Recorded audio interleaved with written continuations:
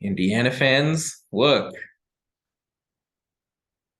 the buzz was there, the conversation was there, the discussion was there. Even going back to last season, it didn't take a PhD in football to know that Indiana's offensive line was a major point of weakness for this football team. And, it goes back to that season opener against Iowa. You can even point back to a number of games in Indiana's very successful 2020 season. The old line is very leaky. A lot of made mistakes, and they put the quarterback under pressure. And on Sunday, Indiana officially parted ways with Darren Hiller as their offensive line coach and their running game coordinator. Tom Allen pulling the plug on an assistant in the middle of the season. He's communicating urgency. He's communicating importance. He knows that he's diagnosing problems here, and we're going to dive into his decision to move on from Darren Hiller, bring on Rod Carey. We're going to recap the Michigan game. We're going to preview Maryland, and we're going to look back at a wonderful Hoosier Hysteria here on episode 267 of the Hoosier Sound, where we are the official podcast of Indiana HQ.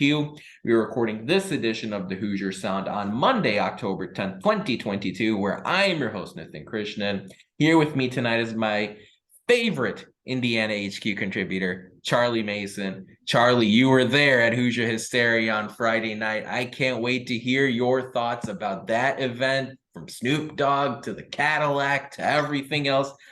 But let's talk about football first. Indiana hung in there for 3 quarters against Michigan, but the source of Indiana's unraveling was once again the offensive line, and Tom Allen called it out during the post-game press conference on Saturday afternoon. Over the last 3 games, it just hasn't been good enough. And Charlie, Tom Allen dismissed Darren Hiller. Were you surprised by the move here? Look, it does happen in the middle of the season. Tom Allen is a relationship-based coach, but let's face it, the offensive line was a cause of major problem for Indiana all season, if not multiple seasons. I'm not shocked that it happened. I think a lot of people wanted it to happen. There's obviously been pressure for the past couple of games last season or 2020. Yeah. But I think that what surprises me most is that it happened after this game. I think that this game, it shocks me that he didn't either wait until he saw how the offensive line fared up against Maryland, a team that's more, I don't want to say more comparable to IU, or I think you can say that. I mean, it's more of yeah, a proper weight class matchup. I mean, Michigan's the right, number 4 ranked team in the country. CFP hopes. We know what they're going to do. yeah. But it shocks me that it happened after playing such a superpower. Yeah. You'd think that he'd make the move after Cincinnati or after Nebraska, right? Yeah. Nebraska would have been. I was suspecting the call to be made after Nebraska, Yeah. but really Michigan was the turning point, which that was the only thing that surprised me. I'm glad it's done. I think it's the best for the Hoosiers moving forward. But yeah, just the timing was strange to me. Yeah, and look, I think at some point Tom Allen had to do it out of respect to Indiana fans and to his coaches and to his players.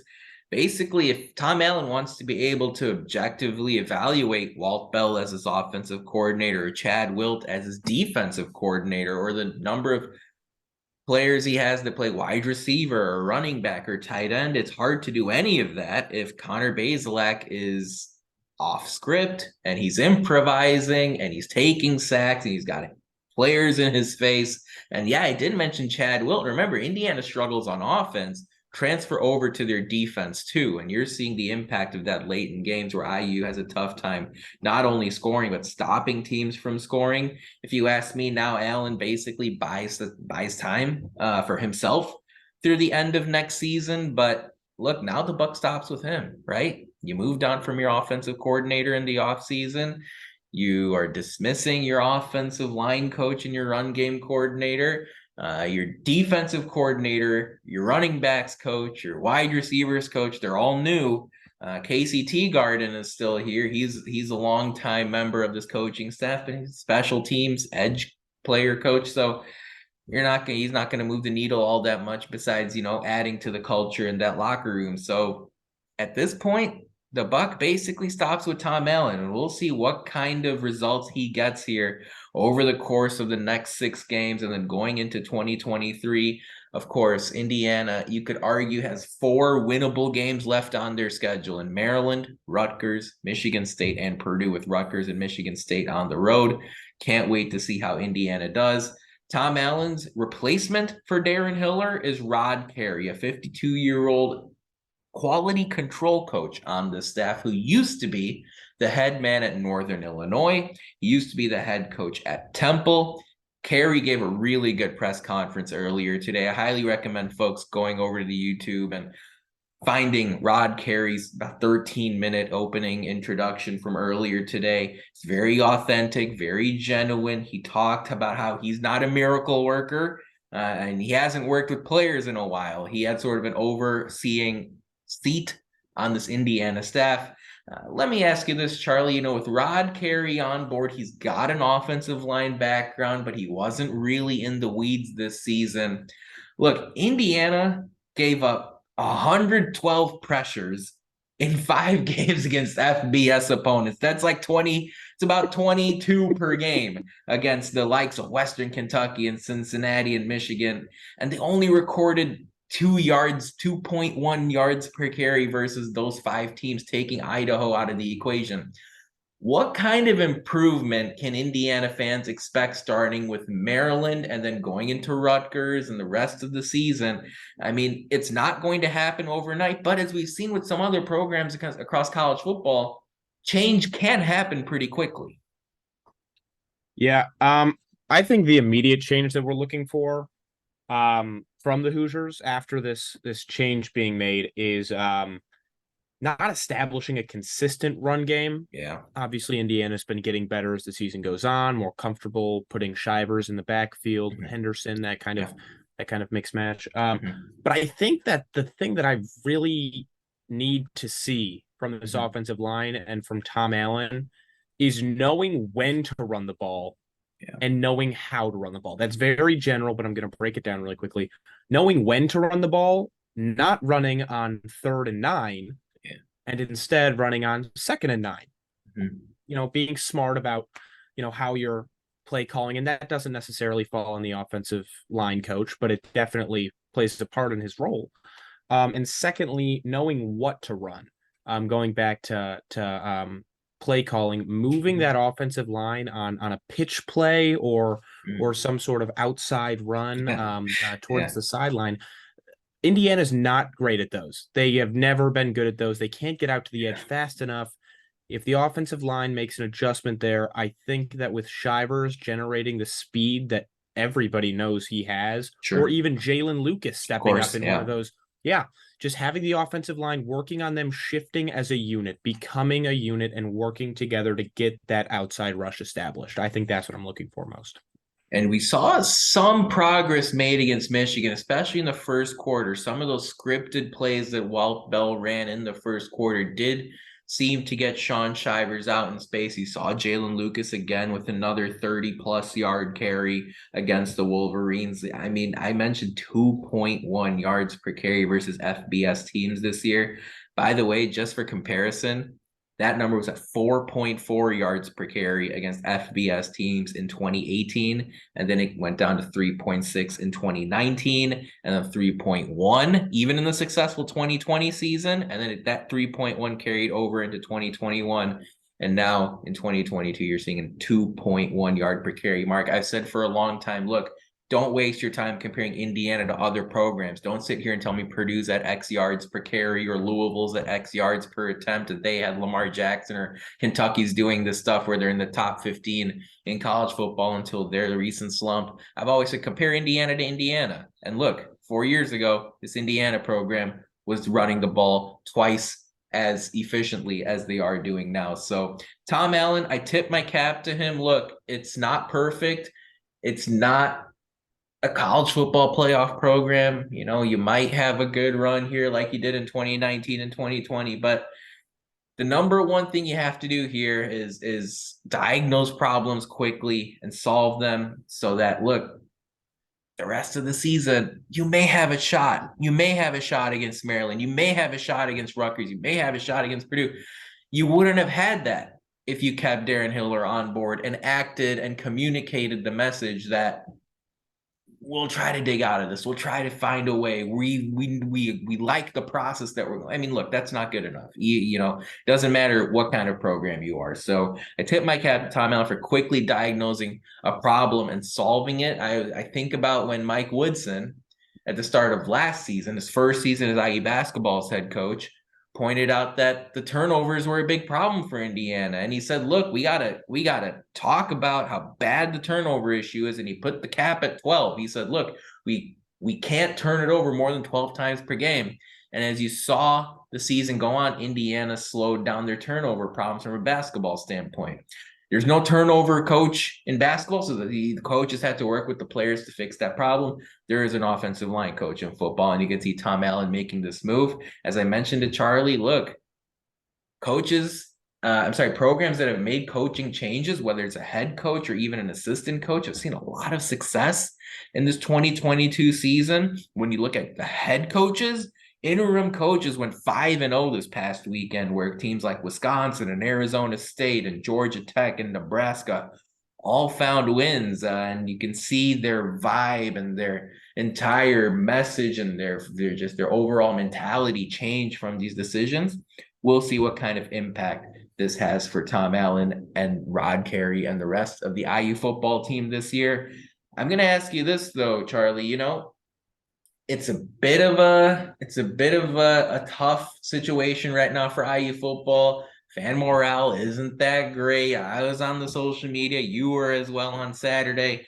Look, does this change your rest of season outlook all that much for IU football? Does it change it for the better, for the worse, or does it really move the needle? I don't think it changes it a whole lot. Again, that's going to depend on how well the new offensive line coach, what kind of adjustment we see there, and like right off the bat, if there's something special that comes out of the offensive line in the Maryland game, my outlook will start to change. This this staffing change right now is just sticking out to me as something that had to be done. Getting rid of Coach Hiller. Darren Hiller. Hiller. It wasn't feasible anymore. Yeah. I think it had to be done. And based on just that happening, I don't really think much of the season is going to change. One staffing change, like you said, can be extraordinary. And most times it takes a while to let the seeds kind of plant and grow. But right now, I think it's going to depend on Maryland. Fair enough. And, I'm just thinking about how, look, while I would agree in most cases that changing your offensive line coach doesn't drastically shift things for a football team, especially with, 6 games in the bag and 6 to go, it was just so painful to watch this offensive line on a weekly basis where you have dozens of plays. And Indiana runs a lot of plays, right? There's no question about it. But you have dozens of plays where the thing you scheme up, or the thing you game plan for, or the thing you tried adjusting for at halftime has no shot. It had no shot.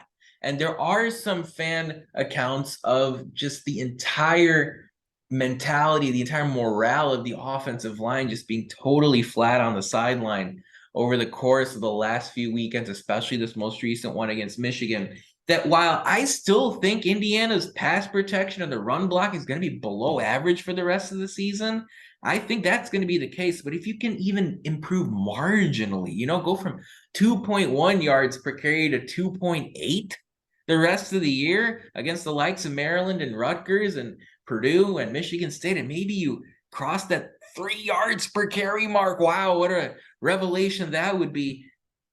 All of a sudden, I think you at least get into the conversation where Walt Bell, an experienced offensive coordinator, and Connor Bazelak, who continues to make good throws when he has the time, I think you can steal one of these next 2 games And all of a sudden, you know, the wheels start spinning in the right direction. I don't know. Maybe I'm just a little bit crazy, Charlie, but I see a team that against Michigan was tied at halftime and was down 7 after 3 quarters. I saw a team that dominated Cincinnati in the second half on the road. I saw a team that put together really good stretches of football against Illinois and Western Kentucky.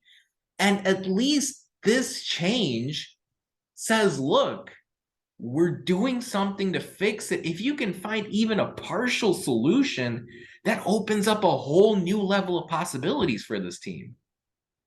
Yeah, I completely agree. I think so, that, yeah. And so, you know, we'll see what happens here going forward. I feel like if you can just raise the bar a little bit, it can make such a big difference. We'll see what happens here. This was, by the way, our weekly podcast poll over on the Hoosier Sound. You can follow us on Twitter at the Hoosier Sound, and you can cast your vote here. It'll be up for another few days or so. Does your rest of season outlook change for IU now with the new offensive line coach? And it's really close. So your vote very much still matters here for this poll. 49.2% said yes for the better. 47.7% of you agreed with Charlie and said, no, doesn't really move the needle. Not much of a change here rest of the year. And 3.1% said, hey, look, it's tough to transition to a new offensive line coach mid-season. 3.1% of you said yes for the worst. So we'll see how this tracks over the course of the rest of the season. I can't wait to see Rod Carey, a respected college football mind, take over as Indiana's offensive line coach. Tom Allen pointed out for the rest of the season, at which point Indiana will reevaluate things and go from there. Now it's time for Who Won the Week this past week in IU sports, and we have to tip our cap to current San Francisco 49ers running back Tevin Coleman, the former Hoosier. Whoa, I hope you guys didn't get burned on your fantasy team. Coleman in the game at Carolina had a huge game for the 49ers. He had 23 rushing yards on 8 carries, 44 receiving yards on 3 receptions. He had 2 touchdowns, 1 rushing, 1 receiving. Of course, the 49ers needed a replacement. They've been fighting without Elijah Mitchell for a few weeks here. And Tevin Coleman steps up behind Jeff Wilson and helps Kyle Shanahan and the San Francisco 49ers get a 22-point victory in Carolina. Coleman, again, the former Hoosier, record setter when he was at Indiana, Heisman candidate when he was at Indiana. Man, it would be nice to have Tevin Coleman in that Indiana jersey, thinking back to 2011, 2012. But, you know, it does go to show that, again, at Indiana, whether you look at Tevin Coleman, whether you look at Nate Sudfeld, whether you look at the success that Michael Penix and Ty Freifogel and Whop Phillier had, and now you see Peyton Hendershot in the NFL with Dallas, it goes to show that you can have success with the Indiana Hoosiers. And I think that's what Tom Allen is working towards here for the rest of the season. A reminder, if you'd like to subscribe to our podcast for free, all you have to do is search for The Hoosier Sound wherever you listen to podcasts. Stay up to date with all of our information by following us on Twitter at Indiana HQ and at The Hoosier Sound. If you enjoy our show, this part's important. Leave us a review, tell a friend, share our links. That 5-star review makes such a big difference. Your support does too, and really helps us grow this podcast and reach more passionate IU fans such as yourself. Charlie, quick Michigan recap. Again, Indiana was in it. They were tied at halftime, lost down by 7 after 3 quarters, ended up losing 31-10 to the 4th-ranked team in the country. The Mike Hart incident was crazy to see on the sideline. Glad to hear that Hart's doing better back in Ann Arbor now. What were your big takeaways, Charlie? You were there. You saw every single snap from kickoff to the conclusion of the game. You heard Tom Allen's comments afterward. Indiana got off to a little bit of a rough start, got it, steered it back in the right direction, and then the 4th quarter unraveled. What were your big takeaways? Well, in the first half, it was not clear who was going to win the game. It was 10. It was 10-7 at halftime. 10-10. It was tie game at halftime. 10-10. Yeah. 10-10 at halftime. That's what it was. It was 10-10 at halftime. I didn't know who was going to win, and I couldn't tell if it was Indiana's incredible fortune that was carrying them this far or Michigan's bad luck. Because honestly, the whole first half, and props to Indiana for sticking with Michigan. Yeah. I mean, that's an incredible feat. Mhm. 17-10 going into the fourth or at the end of the third Yep. is Yep. unheard of. Like that's incredible. A 3-2 team matching off against the number 4 ranked team in the nation. Awesome. Right. But the whole first half, it felt like IU was chasing after a Michigan that was stopping itself. Michigan Mhm. seemed to be getting in its own way with penalties and botched third downs. I mean, it was weird to watch. We had the or IU had the blocked field goal, and Yep. Yep. then that spurred a lot of momentum, a Yeah. bunch of momentum. Every fan was on their feet, and then Michigan blocked Eh. IU's field goal, and everybody sat back down.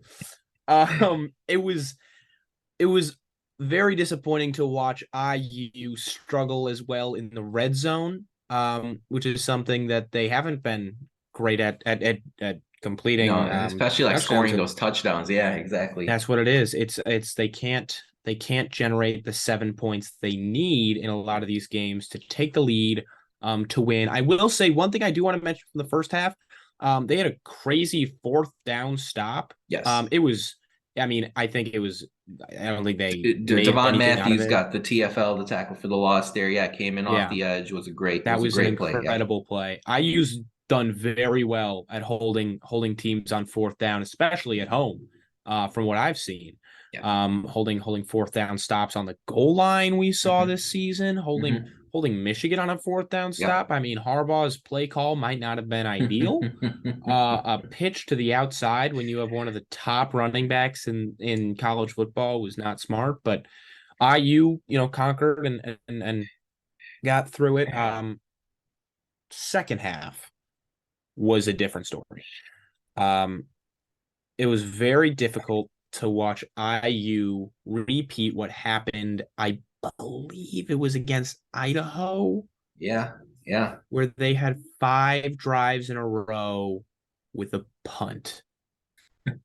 It feels like that's a consistent theme It's for it's multiple not games with Indiana. uncommon You know, for for Idaho, it was the IU. first half. For Nebraska, it was the second half. For Cincinnati, it was sort of the middle of the game. It's just those long stretches where once again we go back and talk about the offensive line and we say, "Gosh, it's the root of football." I don't know. Vince Lombardi probably has a quote about it somewhere. It's just, or Bear Bryant or something, like Yeah. it's the trenches, the offensive line and defensive line is where everything starts.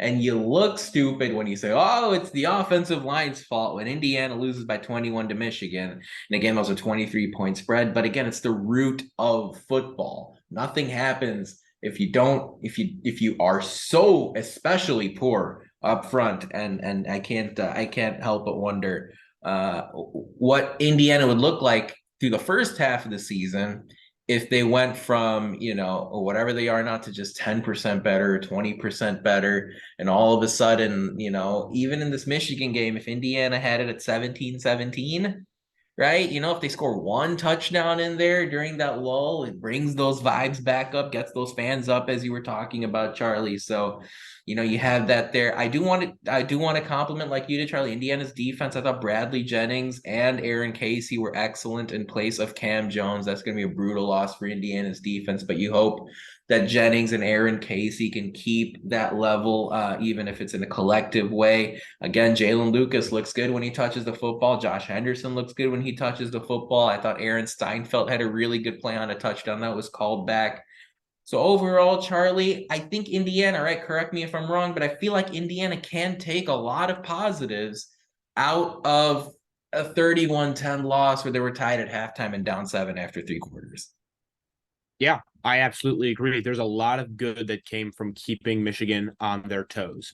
I think that was an incredible learning experience for a lot of the guys that haven't had exposure to, nationally ranked Yeah. teams.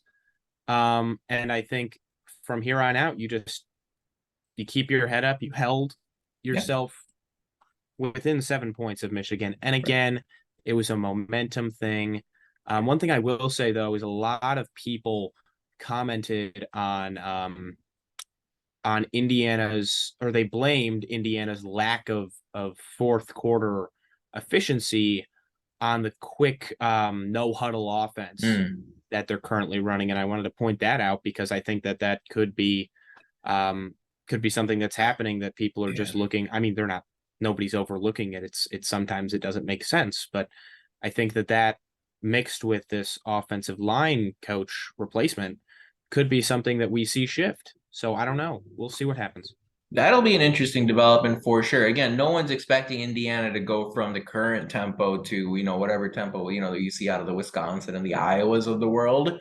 But, if, again, this is what same thing we talked about with the offensive line, right? Maybe Indiana's offensive line gets 10 or 20% better, right? You go from 2.1 yards per carry to 2.5 yards per carry. Similarly, maybe Indiana's offense slows down that tempo just 10 or 20%, right? You snap it maybe 3 to 5 seconds later each play. Maybe that gets the offense set a little better. Maybe that gives the defense just a little more time to recover if you do go 3 and out, or if you do complete your drive after 5 or 6 or 7 plays and you have to punt. It'll be interesting. We did not hear from Walt Bell or Chad Wilt today like we normally do. Indiana wanted to focus, and I understand this, take their time and allow us to hear from Tom Allen and Rod Carey. So I see the logic there makes sense to me. Okay, at least I can say that. If Indiana slows things down a little bit, it's possible that it pays off on both sides of the ball. I'll be curious to see what Walt Bell does against the Maryland Terrapins on Saturday. We will talk about that game in just a second, but to wrap it up, again, Cam Jones out for a while. Tom Allen said it's going to be several weeks. Again, when he talked about Cam Jones today during the press conference, it was in a very sort of solemn tone. I would be surprised if Cam Jones played at all this season before the Purdue game. I don't know anything, but just hearing Tom Allen's voice talking about Cam Jones and being in a lot of press conferences with Tom Allen over the course of the last 4 seasons, that's the sort of intonation that I get. Javon Swinton and AJ Barner are week to week. AJ Barner is week to week. DJ Matthews and Javon Swinton are game time decisions for Indiana against the Maryland Terrapins on Saturday, with Swinton out as well as Matthews out. I thought Emery Simmons really stepped up on Saturday as a third receiver. It's a question we've had on this podcast a lot. Hey, can anyone step up in that third wide receiver spot? So look, Indiana hung around. Fourth quarter kind of fell out from underneath them, but now Indiana focused their attention to the Maryland Terrapins on Saturday, a 3:30 Eastern kickoff on ESPN2. It will be at Memorial Stadium. The crowd was fantastic on Saturday against Michigan. Maryland is a 10.5-point favorite. The over-under 61.5. So the odds makers have this as about a 36-25 Maryland victory. The Terps are receiving votes in the top 25 polls, but they aren't ranked at the moment. Michigan is the only ranked team Indiana has faced at this point, except in the most recent poll, we did see Illinois and Cincinnati get into the top 25 after the fact. Maryland lost 31-29 at home to Purdue over the weekend. Indiana is 3-2 versus Maryland under Tom Allen over the last 5 years. Maryland has never won at Indiana. Charlie, Maryland's got a good offense, a really good offense, ranked 16th in the country per the S&P Plus ratings. Taulia Tagovailoa is going to be the starting quarterback for Maryland. They can get up and down the field. For what it's worth, Charlie, there are some similarities in this offense and the Western Kentucky offense that Indiana faced in week 3, except it's with Big Ten athletes. So there are 2 ways, if you ask me, to look at this game. Charlie, how do you think Indiana will stack up against Maryland as far as the X's and O's? And then how do you think Indiana will stack up against Maryland just from a morale psychology standpoint as both teams are coming off a loss? Okay, so the X's and O's, I think Maryland and IU, you said they were very similar, or they were similar to a Western Kentucky. Maryland and Western Kentucky, very similar. The Big Ten athletes do make a difference. Yeah. Maryland is a fighting team. They're going to come after IU very quickly. That offense is devastating when they get rolling. And I think they're a team that a lot of people have knocked off. Or at the beginning of the season, kind of forgot about. 4-2, beating Purdue. In my opinion, Purdue's a great They have a great They, program they that lost has to a Purdue by 2 points over the weekend, but 4-2 on yeah. the season. Again, the only two losses at Michigan by 7 and home to Purdue by 2 points. That's another thing. I watched that Michigan Maryland game, and I have never felt more confident that Michigan was going to get upset until obviously the end. Um, Maryland's tempo is something that is similar to IU. They're very streaky on the offense. They're really good, but when they get in a rhythm, they can't seem to get out of one. And when they're in a lull, they also have trouble getting out of the dirt. So I think that IU's offense in comparison to Maryland's offense is similar in ways. Maryland's is a little better. But Maryland's offense compared to IU's defense, I think, is going to be the question of the game. Is IU going to be able to hold Maryland where they want them? And I think the answer is no. I think that Maryland's going to get away with a little bit more exposing the secondary, like we saw Michigan do in the second half of, or I guess the fourth quarter of the IU game, wearing down the run game until they find targets deep when IU isn't expecting it. I think that's how Maryland's going to approach this game. And I think that IU really just has to prepare that secondary. So that's the X's and O's. In terms of mentality, this is a must-win game for IU in my eyes. Yeah. You have to win this game. Tom Allen fires the offensive line coach. He's looking for a new change. You've got to come out firing. You have to make sure that staffing change means something, and that statement has to be made by securing a win against Maryland. Maryland, like I mentioned, was knocked off at the beginning of the season, at least by me. I didn't really think that they were a team to watch out for. Boy, was I mistaken. They are but they've got an attitude to them that I don't think a lot of teams in the Big Ten have. And I think that they're going to be dangerous. So if IU can come away with a victory here this next week, it'll be something to be proud. It will be a proud win. I mean, much like the season opening win was, right, against Illinois. I think if you sort of asked asked the question right now, I feel like if Illinois came into Indiana now, they would be like a 10-point favorite. And right now, Maryland's coming in as a 10-point favorite. And look, this Terps team has 7 players with over 100 yards receiving. They've got 3 players with over 100 yards rushing. Roman Hemby and Antoine Littleton head the backfield. Hemby has 200 receiving yards as well, but Raheem Jarrett's a former 5-star recruit who's put up good numbers again this year, 24 catches, over 270 yards. Jacob Copeland, Corey Dyches, Jashawn Jones. It's funny, Dante Demas was considered by a lot of folks to be a first-round or second-round NFL draft pick coming up, and Demas really hasn't gotten going all that much. Just 11 catches for 125 yards in 6 games this year. So there are going to be a lot of questions as far as Maryland's receivers against Indiana's secondary. Indiana's secondary has leaked a few different times this season for those big plays. They were a little better against Michigan, even with Jalen Williams' absence. Williams is week to week, unfortunately, so it'll be tough to expect Jalen to dress for this contest coming up against Maryland. We'll see what happens, but of course, in his absence, you would like to see players like Noah Pierre, of course, Tywan Mullen, who heads all the there in the secondary. Christopher Keys has stepped up. We've seen Josh Sanguinetti a little bit. We've seen Brylan Lanier and Lewis Moore a little bit. We've seen Philip Dunham get some reps as a true freshman. So it's going to be a real approach by committee for this Indiana team. Of course, those are the players I'm going to highlight. And again, look, this Maryland pass rush isn't that dynamite. It's not Michigan's pass rush. So again, look, Luke Haggard, you're the starting left tackle, man. Take the bull by the horns here. Guide this offensive line in the right direction. I want to see this offensive line take this decision personally from what happened over the course of the weekend. And then, of course, the decision on Sunday to let go of Darren Hiller. I want to see some attitude up front, man.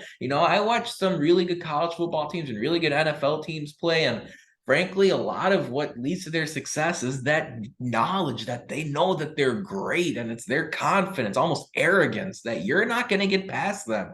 And it starts with the first quarter against Maryland. I want to see Indiana go down the field, score on the Terps, and then really sort of gain that steadiness and arrogance over the course of the game. We'll see what happens. So I'm looking forward to the offensive line stepping up. I'm looking forward to seeing the secondary make a big play or two if Indiana is going to get the win. Now, Charlie, before I ask you who you have in this game, I mean, does it come down to win versus loss for Indiana? Is there a way that Indiana loses this game and you say, okay, you know, maybe the offensive line played better, or maybe Indiana's passing game looked a little better? You know, is there any room for accepting a close loss against a Maryland team that is a 10-point favorite in this contest? That's what I was kind of alluding to. Yeah, I think that if it's a game like the one that Maryland just got out of with Purdue, it's an IU win. Yeah. Assuming that the rushing yards are there, that it's a close game, that means not letting Maryland score more than 30, and limiting the amount of receiving yards. It's going to be limiting the receiving yards. That'll be one victory. Getting rushing yards. Oh yeah. Getting boots on the ground and making it happen with the offensive line and the new coach. And then making sure that score doesn't knock over that 28 mark. I think those are three things that if IU walks away with all three, it's got to be all three, because if it's just one, it's just a loss.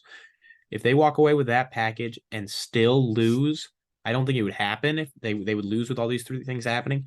But if they walk away and they do happen to lose, I think IU fans can look at that in a somewhat positive light. Yeah, and you can head into that Rutgers game and then the bye week with a little bit more encouragement. So I'm going to face it straight up to you here, Charlie. Indiana is a 10.5-point underdog. Again, the odds makers have it at about 36-25 in favor of Maryland. It is supposed to be a fairly nice day in Bloomington coming up on Saturday. We'll see if the weather holds up here over the course of the next few days. But here we go, Charlie. Who do you have winning this game and by how much? I've never said on this podcast that IU will lose. And I'm going to continue that. I think IU is going to win 24-21 last second field goal. Wow, Charlie Campbell delivering at the horn. That would be interesting. I do have Maryland winning this game. I think Maryland's got just too much. I think they've got too much firepower in the holster against Indiana. I think Maryland's going to win this one 34-23. I think it'll be an interesting game again. I think Rod Carey is going to need at least 1 week to get his teachings in, to make his adjustments. Everyone's going to be flying by the seat of their pants, in all honesty. But I think, Maryland just has a little too much firepower. I think will come into this game on Saturday with a little bit of an attitude, really frankly upset that they lost to Purdue on Saturday. So I've got Maryland winning 34-23, but college football, if there's one thing you can say for sure, is that it is really unpredictable, and coaching changes have made a really big difference in the early going. So we'll see how Indiana does against the Maryland Terrapins, who are ranked 22nd overall for the ESPN S&P Plus rankings. So, folks, that's how we look at the Indiana football situation. Again, very rare air for IU to make a midseason coaching change from a football standpoint. We'll see how it pays off. We're going to talk about Hoosier Hysteria now, folks, in just a moment. But first, it's time for a social media shout out. And we do have to point out, from a basketball perspective, that a number of Hoosiers received preseason honors in recent polls and publications. Trace Jackson Davis won the Big Ten Preseason Player of the Year as the Big Ten announced it late last week. Indiana is projected to win the league, and in a poll of 28 beat writers across the Athletic, in Columbus Post-Dispatch, they put that together. 28 beat writers, 2 per team. They had Indiana winning the league. IU finishing the range for IU. I was curious to look into this. The range for Indiana was from first, obviously, all the way down to fourth, but every one of the 28 writers had Indiana finishing in the top 4. I did mention Jackson Davis won the Big Ten Preseason Player of the Year. Xavier Johnson was snubbed from the preseason All Big Ten team, and he did take that personally if you go and head over to his social media. So we'll see what kind of impact Xavier Johnson has when he goes up against the likes of Chucky Hepburn out of Wisconsin, who made that team. I don't know, Jamison Battles, bigger guard. He's a shooter. Maybe Xavier Johnson. I'll take it personally as Jamison Battle too.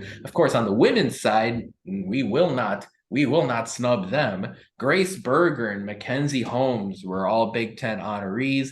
Caitlin Clark from Iowa was the preseason Big Ten Player of the Year. Caitlin Clark, who also signed a Nike NIL deal earlier today. Indiana's women's team was picked to finish second in the Big Ten preseason poll by the media. They were projected to finish third according to the coaches. Make sure you follow us over at Indiana HQ if you haven't already. You can follow us at Indiana HQ on Twitter, Facebook, and YouTube. On Twitter, we retweeted that news a few days ago, and we saw more come in there. On Instagram, we're not Indiana HQ, but you can find us at indiana.hq, where we'll be your one-stop shop all year for images, for video, for all sorts of things as it relates to IU football, men's basketball, women's basketball, and so much more here over the course of the school year. If you already do follow us, spread the word, tell a friend, tell a neighbor. That sort of support really helps us going forward. Tell a classmate, tell a professor, doesn't really matter to us. So if they're a big IU sports fan, make sure you tell them to give us a follow here. We really appreciate it.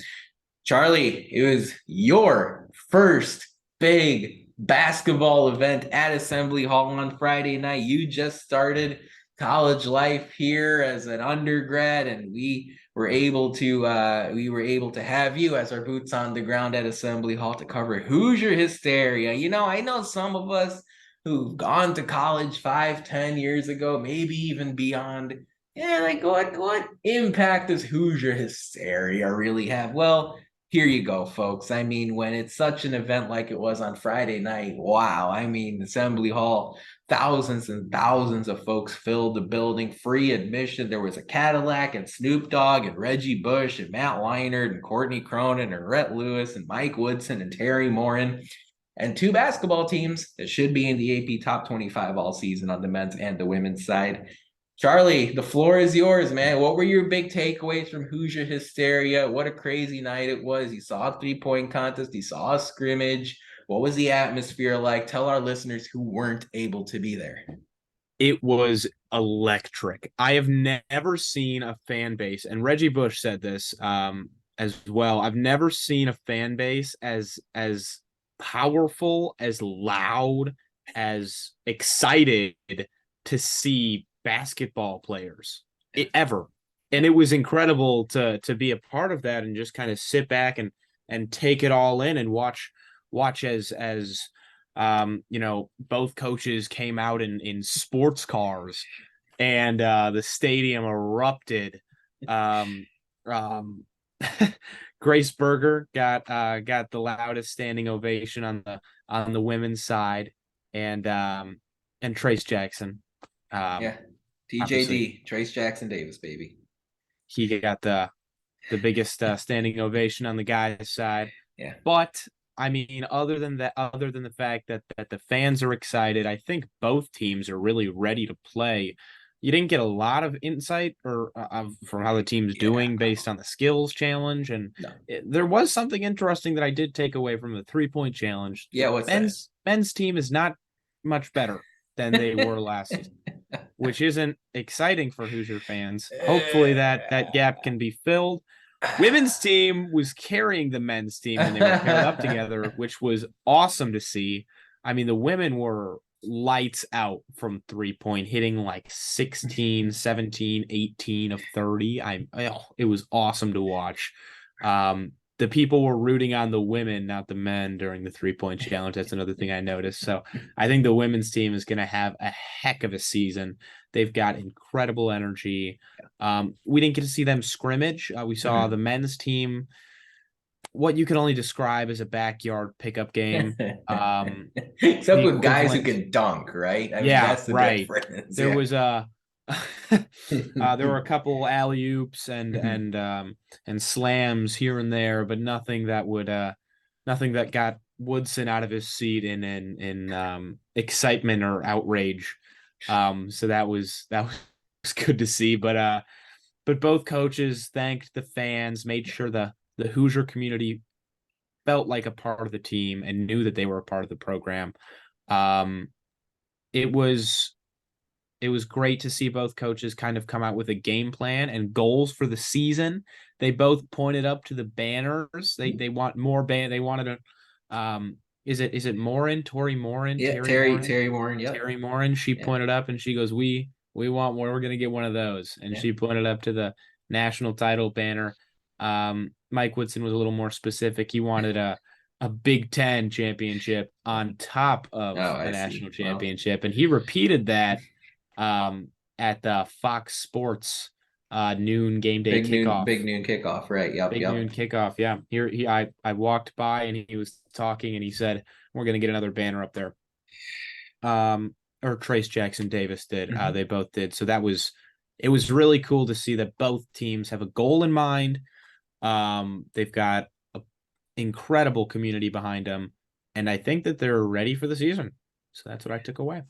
Here we go, right? I mean, the first exhibition game comes up at the end of October. First regular season game comes up in early November against Morehead State. We'll see where Indiana is ranked in the preseason AP top 25. I think it's fair to say, though, Charlie, overall, just the overall health and the overall situation that IU basketball is in now compared to not even 2 years ago, where they had to fire Archie Miller as the head coach and make a pretty serious decision as far as his buyout's concerned after another missed NCAA tournament.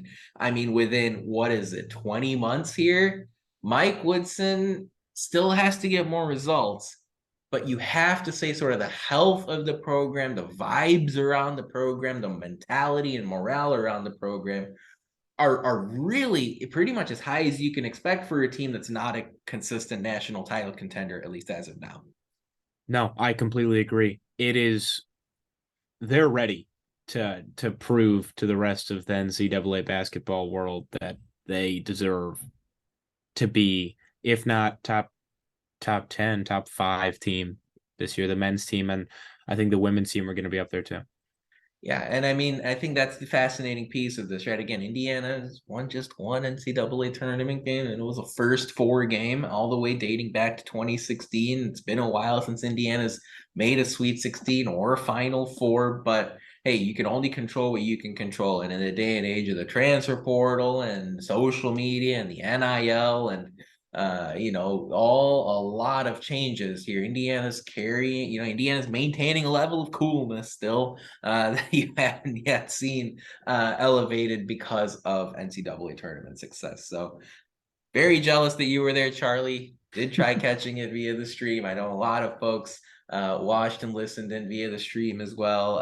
Indiana, Mike Woodson said a swear word. It's just talking about how cool Indiana basketball is, and Snoop Dogg recorded a message, and it seemed like everyone was in good spirits at Assembly Hall, and that's what you want to see here a few weeks before the season begins. Charlie, we covered a lot of ground this evening. I know Indiana's football program made a tough midseason coaching decision.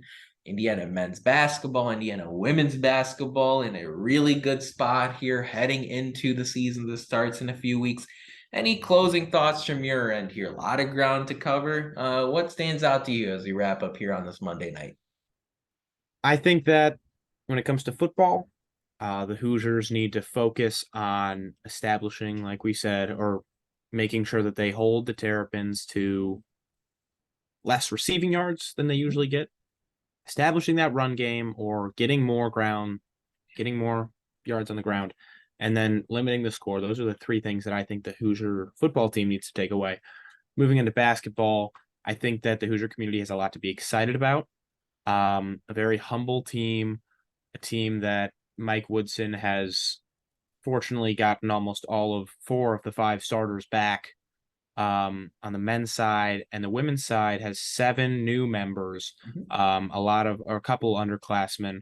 They're not rebuilding. I think they're building off of what they created last year, which is good to see. And I think the whole Hoosier community has something to be excited about come October 29th. Yeah, I think you're right. That's the exhibition day. Yeah, I can't wait for that one against Marion at Assembly Hall. From my standpoint, look, give Indiana football, one or two final shots here. I mean, look, there's still 6 games left. Okay, there's a month and a half left. Give them your time. Look, they're making changes that they have to make. And all I'm saying is if DJ Matthews is able to return with the new mindset up front as far as the offensive line is concerned, this Indiana team could still be prickly. We saw it for a long stretch against Michigan, for a long stretch against Cincinnati, for good, significant stretches against Illinois and Western Kentucky. It's not as bad as you think it is. And I'm not guaranteeing a win over Maryland. I picked this team to lose to Maryland by 11. I think it's important though that Indiana plays with a new sort of perspective now after this decision's made. Take it personal that one of your assistants is no longer there, and I want to see now IU's offense, play with a little bit of attitude now, play with a little bit more of a risk-taking approach. I want to see Indiana open up their trick plays in their playbook and try one or two of them against Maryland or Rutgers and see what happens before this bye week. And if Indiana does what they're supposed to do, you could see them once again tied at halftime against a team like Ohio State or Penn State, in addition to potentially winning multiple of these games against Rutgers, Maryland, Michigan State, or Purdue. We'll see exactly what kind of football the Indiana Hoosiers put together here over the course of the rest of the season. But folks, that about wraps it up for our 267th show of the Hoosier Sound. Thank you so much for joining us. We really appreciate your support. To hear more fantastic episodes like the one you heard today, be sure to follow us at Indiana HQ to make sure you don't miss any in the future. You can also go to our website, indianahq.com, to get it all in one place. But as always, thank you for listening, Hoosier Nation, and we will see you next time.